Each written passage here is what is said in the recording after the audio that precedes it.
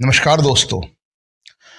दोस्तों, सदियों से एक सवाल मानव जाति का पीछा कर रहा है और वो सवाल है कि क्या संसार को भगवान ने बनाया है? क्या हमें भगवान ने बनाया है? और अगर संसार को और हमें भगवान ने बनाया है तो इसके पीछे क्या कारण रहा होगा?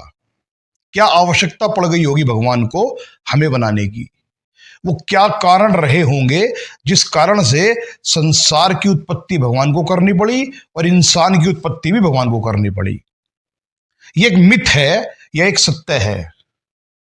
इस सत्य की खोज में बहुत सारे शास्त्र भी लिखे गए, बहुत सारे लोगों ने अपनी अपनी राय भी दी है और बड़े बड़े अलग अलग विद्वानों ने इसके ऊपर अलग अलग अपनी राय दे करके इसका जवाब देने का प्रयास भी किया है। इसी में एक अध्याय और जुड़ा, वो जुड़ा अभी कुछ चंद सालों में, कुछ 20-30-50 सालों में, कि एक बिग बैंग हुआ जिसकी वजह से इस पृथ्वी का निर्माण हुआ।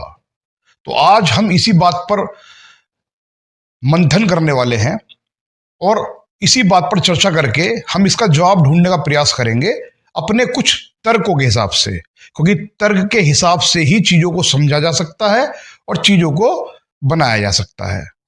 लेकिन दोस्तों, आगे बढ़ने से पहले मैं आपसे कुछ कहना चाहता हूं।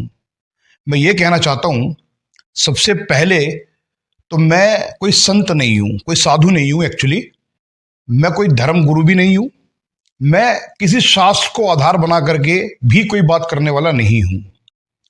ना मैं किसी धर्म समुदाय की आत्मिक या आंतरिक व्यवस्था को पीड़ा देने का मेरा कोई उद्देश्य है।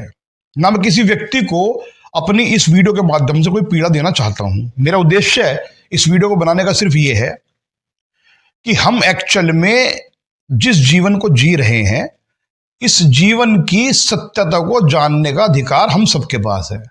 और वो सत्यता जानने के लिए हमारे पास दो ही आधार हैं, या तो हम तर्क के द्वारा उस सत्यता को जाने, या हम कुछ विद्वानों के लिखित शास्त्रों द्वारा उस व्यवस्था को जानने का प्रयास करें।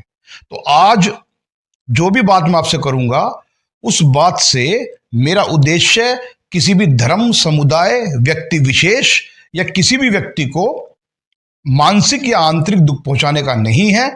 फिर भी अगर कोई गलती रह जाती है तो मैं उसके लिए पूर्व में ही आपसे क्षमा चाहता हूं। तो दोस्तों, बहुत सारे ज्ञानियों से, बहुत सारे बुद्धिजीवियों से और बहुत सारे धर्म गुरुओं से हम सदियों से सुनते आ रहे हैं कि हमें भगवान ने बनाया है।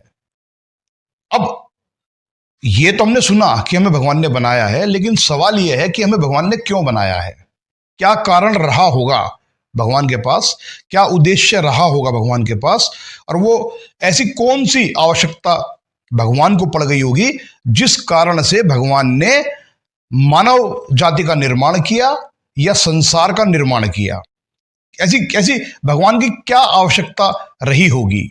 क्या भगवान के पास किसी चीज की कोई कमी है या थी जिसकी वजह से भगवान को संसार का निर्माण करना पड़ा, है ना? या जितने भी जीव जंतु संसार में हैं उनका निर्माण करना पड़ा, तो क्या आवश्यकता रही होगी भगवान को इस चीज की? तो समझने वाली बात यह है कि भगवान इस ब्रह्मांड में सर्वशक्तिमान है। वो जिस चीज को चाहें, जब चाहें, जब प्रकट कर सकते हैं, केवल विचार करने मात्र से ही। अगर उन्हें किसी चीज की आवश्यकता दिखती है तो केवल विचार करने मात्र से वो उस व्यवस्था को पैदा कर सकते हैं और विचार करने मात्र से नष्ट भी कर सकते हैं। अब सवाल यह है कि भगवान इस संसार में एकमात्र ऐसी शक्ति है जो पूरे ब्रह्मांड का सर्वाधिक सुख भोग रहे हैं। सर्वाधिक सुख। अगर हम परम आनंद की बात करें तो भगवान के अलावा इस पूरे ब्रह्मांड में कोई व्यवस्था नहीं जो परम सुख को भोग रही हो। परम सुख, परम आनंद जिसे बोलते हैं, है ना? तो भगवान जब परम आनंद में है, परम सुख में है, तो उन्हें क्या आवश्यकता पड़ गई? क्यों टेंशन ली उन्होंने कि मुझे एक संसार का निर्माण करना चाहिए, मुझे कुछ लोगों का निर्माण करना चाहिए, मुझे कुछ जीव जंतुओं का निर्माण करना चाहिए? है ना। समझने वाली बात यह है कि जो व्यक्ति पूरे सुख में है, पूरे सुख में, पूरे सुख में, मतलब सुख का अंत नहीं है वहां, है ना, ऐसा मान लो आप। तो जब भगवान अनंत सुख में है तो क्यों टेंशन लेंगे? यही समझना बहुत ज्यादा आवश्यक है हमारे लिए। तो अब हमें यहां पर रुक करके 1 मिनट ये विचार करने की आवश्यकता है दोस्तों। 2 मिनट के लिए हम ये मान लेते हैं कि हम भगवान हैं, आप भगवान हो, है ना। 2 मिनट के लिए मान लेते हैं, और भगवान की सारी शक्तियां भी आपके पास है ना, या मेरे पास है, और हम परम सुख को भोग रहे हैं, परम सुख को भोग रहे हैं, मतलब अनंत सुख को भोग रहे हैं। जो चीज हमें सुख प्रदान कर सकती है वो हर चीज हमारे पास उपलब्ध है। जो भी चीज हम सोच सकते हैं अपनी कल्पनाओं से, हर वो चीज सुख देने वाली हमारे पास उपलब्ध है। जब हर चीज हमारे पास उपलब्ध है तो फिर हमें ऐसी क्या आवश्यकता पड़ेगी कि हम किसी नई चीज का निर्माण करेंगे? ऐसी चीज का जिस चीज का निर्माण करने के बाद उस चीज का इस्तेमाल हमारे पर्सनल यूज के लिए हो ही ना। क्या आप किसी ऐसी चीज को, ऐसी वस्तु को बनाना चाहेंगे जिस वस्तु की आपको आवश्यकता ही नहीं है? बनाना चाहेंगे?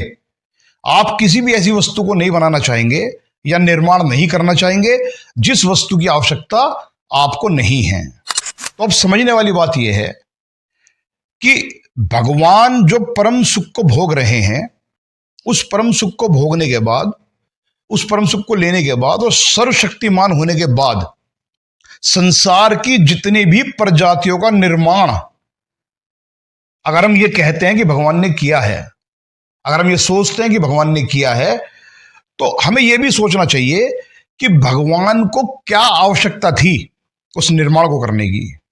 क्या आवश्यकता थी मानव को बनाने की? क्या आवश्यकता थी उन सारे जीव जंतुओं को बनाने की?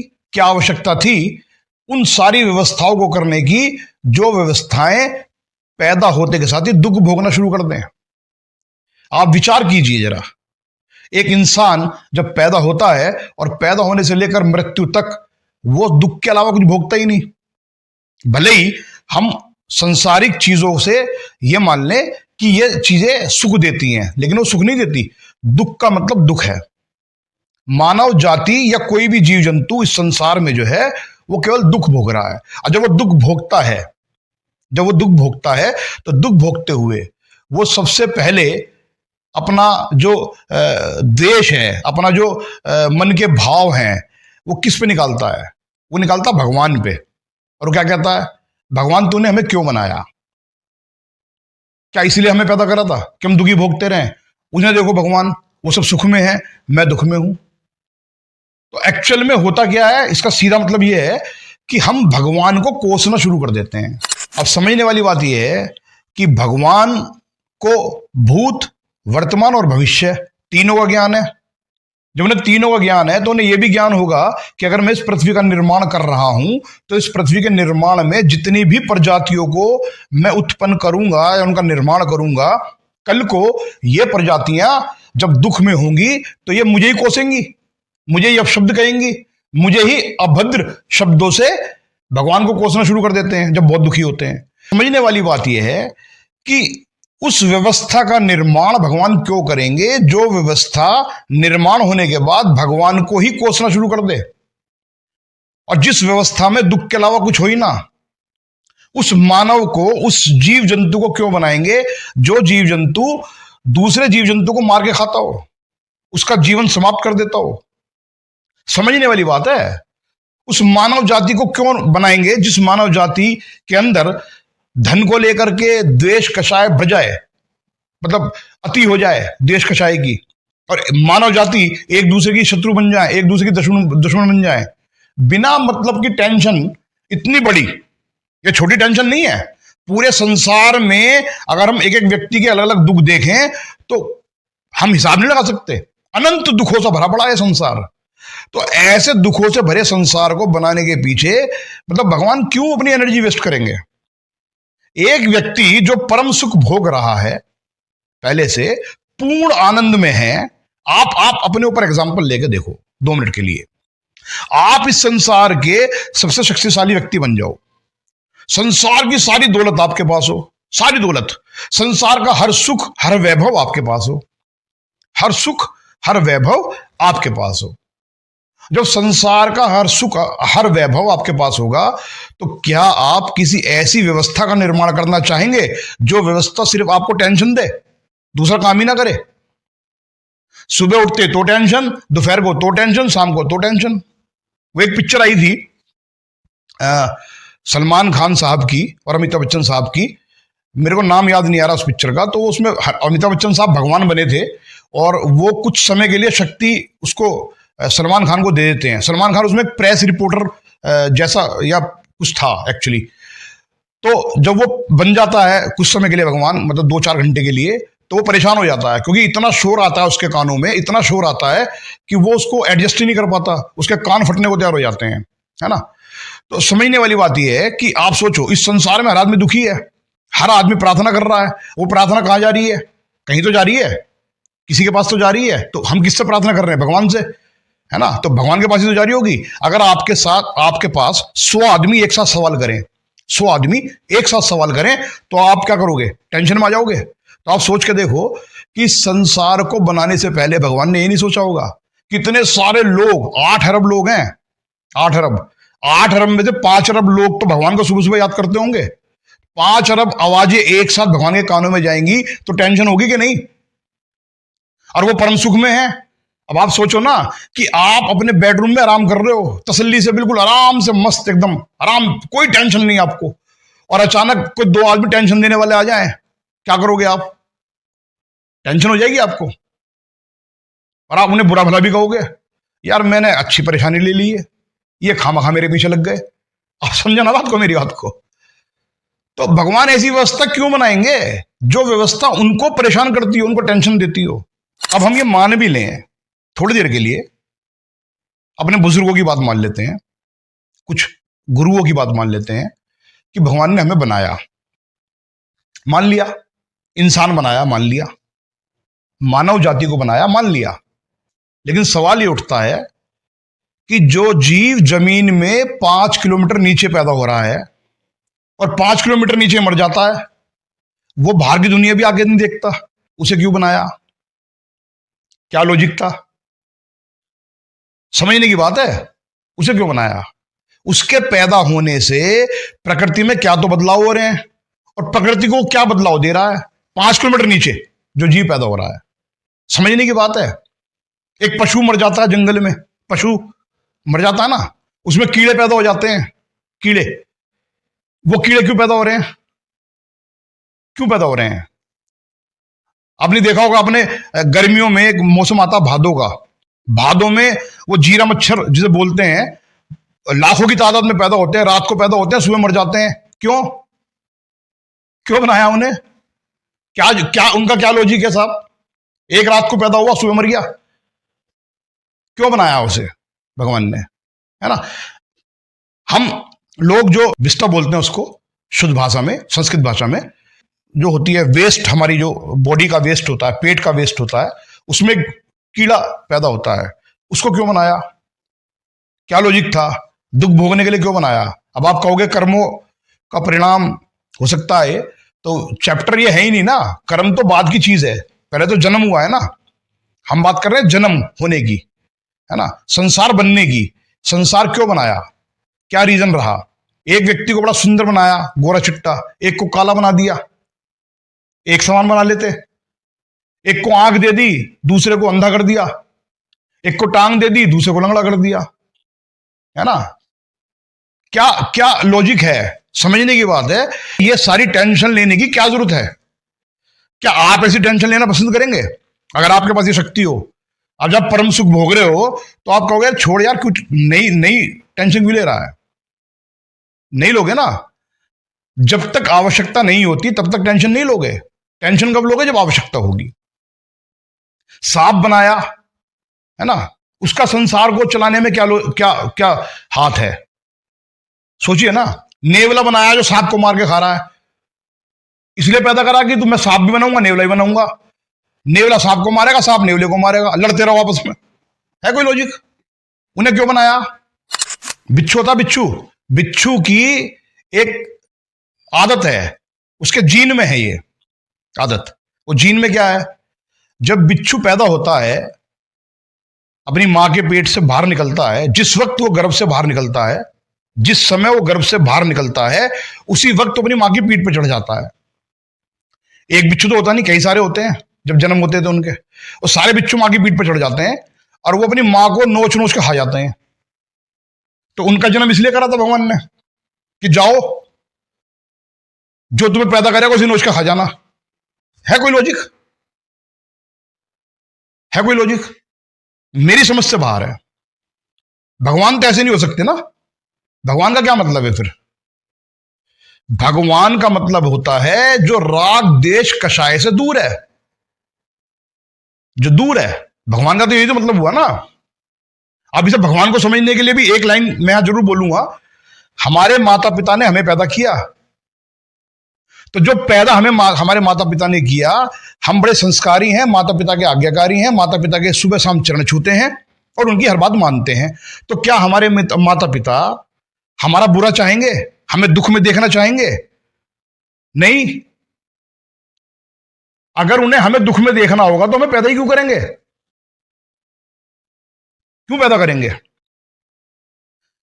इस संसार का कोई भी माता पिता अपनी संतान को दुख में देखना नहीं चाहता। जब वो दुख में देखना नहीं चाहता तो वो क्यों पैदा करेगा उन्हें? अगर उन्हें पता लग जाए माता पिता को पहले ही कि हमारी संतान पैदा होते के साथ ही दुख में रहेगी, तो क्या वो जन्म देंगे उसको? नहीं। तो जब भगवान को पहले से पता है कि इस संसार में सारी व्यवस्था ऐसी होनी है, हर आदमी दुखी रहना है, हर आदमी एक दूसरे को मतलब लड़ेगा, झगड़ेगा, कषाय करेगा और दुनिया भर को एक दूसरे जीव जंतु को मार के खाएंगे, क्यों? क्या लॉजिक है? क्यों टेंशन ले रहे हैं? क्या आवश्यकता पड़ गई थी ऐसी? समझने वाली बात है, समझने वाली बात है। शेर जंगल में पैदा हुआ, अपने से छोटे जानवर को मार के खा रहा है, इसलिए बनाया था कि बाकी जो जानवर मैंने बनाए हैं इन्हें तुम मार के खा जाइयो,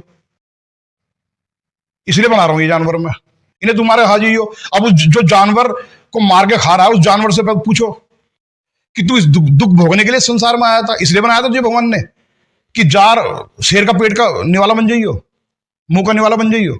समझने की बात है, समझने की। ये तर्क है, हमें समझना है इन तर्कों से कि संसार का निर्माण भगवान ने किया भी है या एक मिथ है, या एक मिथ है, या हम सिर्फ इस बात को मान लें और मान करके इसी पथ पे चलते रहे, इसी पथ पे चलते रहे कि भगवान ने बनाया, भगवान ने बनाया। समझने की बात है ना। भगवान ने एक व्यक्ति को इतना धनवान बना दिया, एक को इतना गरीब बना दिया। एक सोने की थाली में खा रहा है, एक के पास खाने के लिए रोटी भी नहीं। क्यों?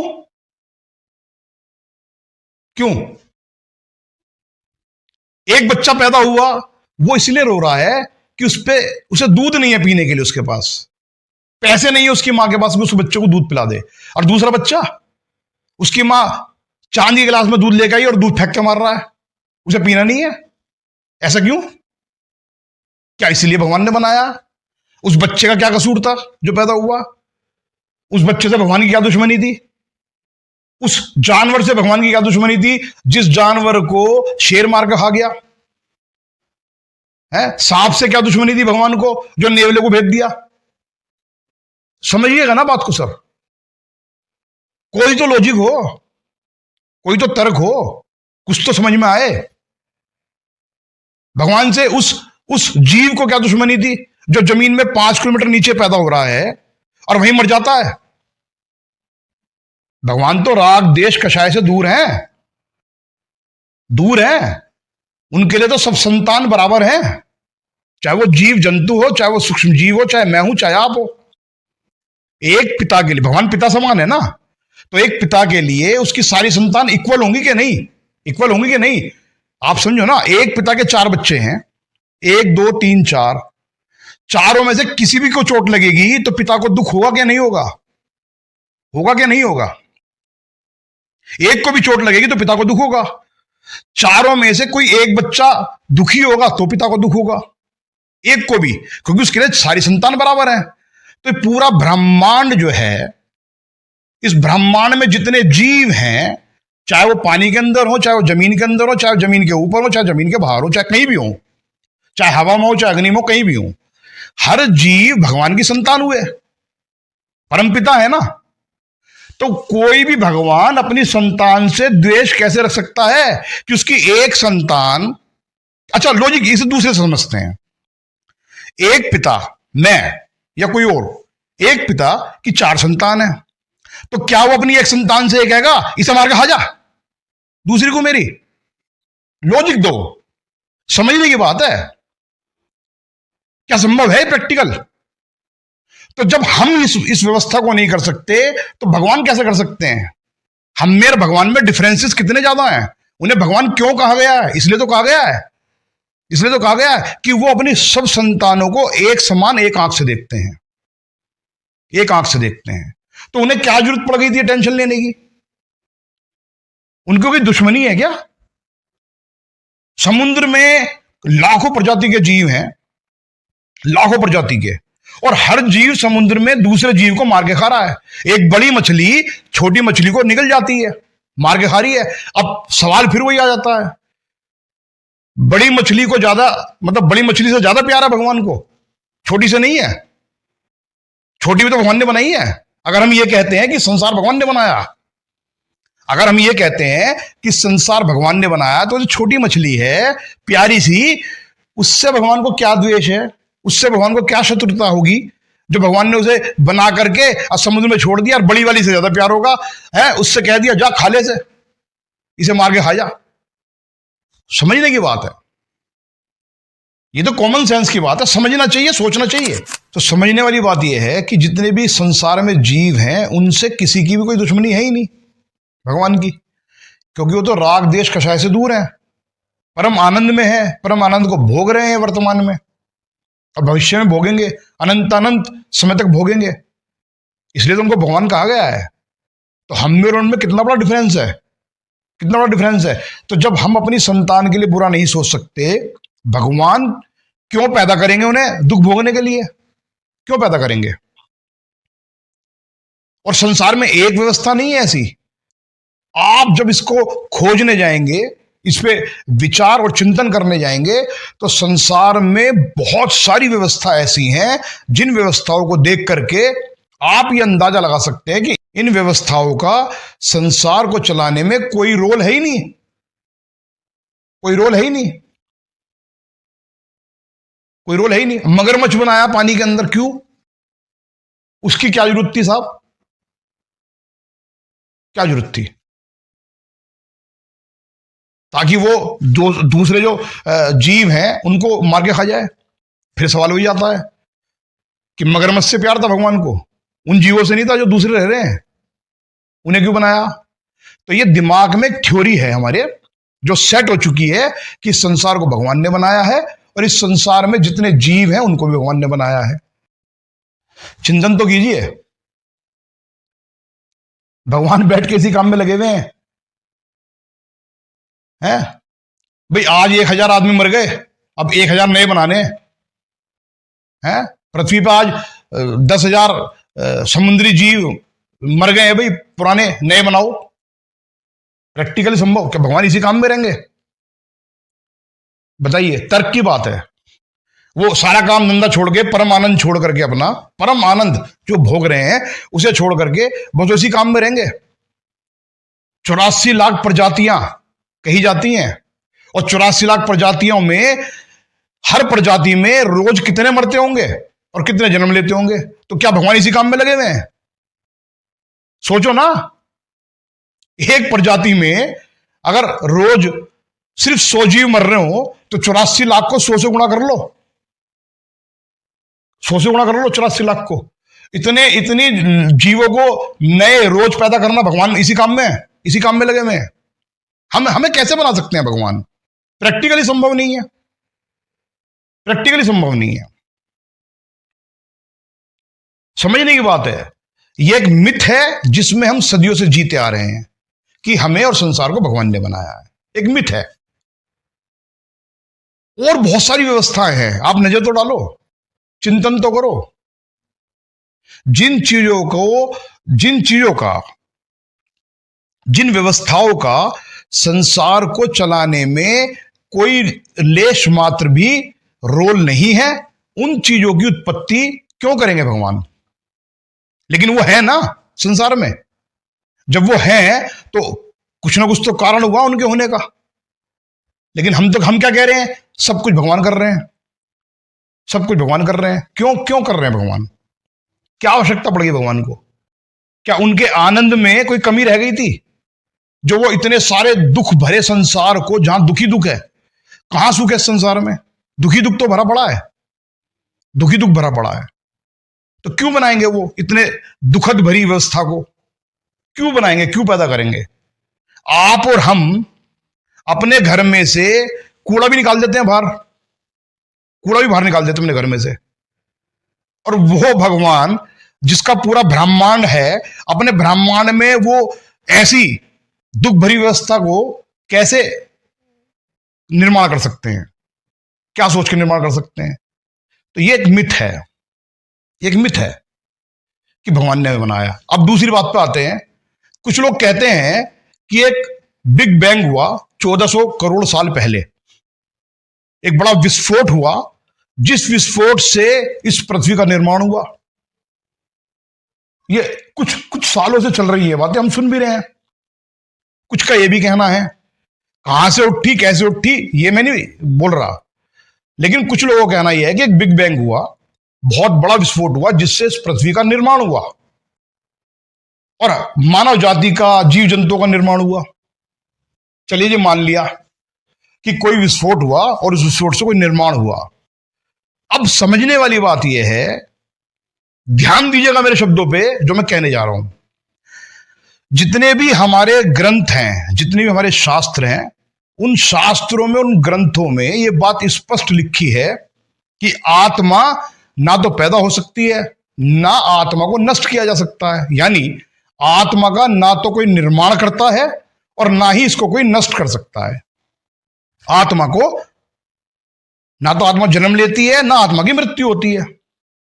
तो जब बिग बैंग का विस्फोट हुआ इतना बड़ा,